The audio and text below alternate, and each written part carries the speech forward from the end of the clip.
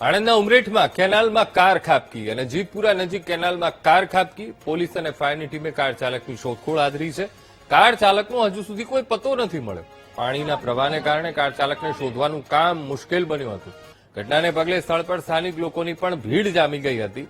એક તરફ રેસ્ક્યુની પણ કામગીરી કરવામાં આવી. કાર તો જેસીબીની મદદથી બહાર કાઢી લેવામાં આવી, ક્રેનની મદદથી, પણ કાર ચાલકનો પત્તો હજુ પણ નથી લાગ્યો. તો ઉમરેઠની આ ઘટના છે અને કેનાલમાં એકાએક કાર ખાબકી હતી. આજ મુદ્દે સંવાદદાતા ઘનશ્યામ ફોનલાઈન પર જોડાઈ ગયા છે. ઘનશ્યામ, આણંદના ઉમરેઠમાં કેનાલમાં એક કાર ખાબકવાની ઘટના છે. જીતપુરા નજીક કેનાલમાં આ ઘટના બની છે.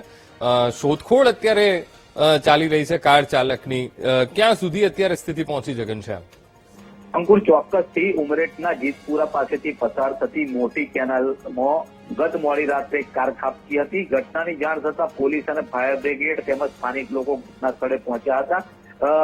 જે ફાયરની ટીમ છે તેના તરવૈયા દ્વારા કારને બહાર કાઢવામાં આવી હતી. આ સાથે સાથે જે કારમાં કેટલા લોકો સવાર હતા, કોણ હતો, ચાલક કોણ હતો તે અંગેની તપાસ કરી અને તેની શોધખોળ કરવામાં આવી હતી. પરંતુ મોડી રાત્રે અંધારું થઈ જતા અને પાણીનું લેવલ વધુ હોય, જે રેસ્ક્યુની કામગીરી છે તે અટકાવવામાં આવી હતી અને વહેલી સવારથી જ આ કામગીરી ચાલુ કરવામાં આવી છે. હાલ સુધી હજુ જે કારમાં કેટલા લોકો સવાર હતા, કેટલા લોકો લાપતા છે તેની તપાસ ચાલી રહી છે અને જે કાર ચાલક છે તે મળ્યા બાદ જ, જેની લાશ મળ્યા બાદ કે તે જીવન છે કે શું છે તે મળ્યા બાદ જ સમગ્ર ઘટના સામેથી પડદો ઉઠશે. જી અંકુર. જી બિલકુલ ઘનશ્યામ, સમગ્ર માહિતી સાથે જોડાવા બદલ આપનો આભાર.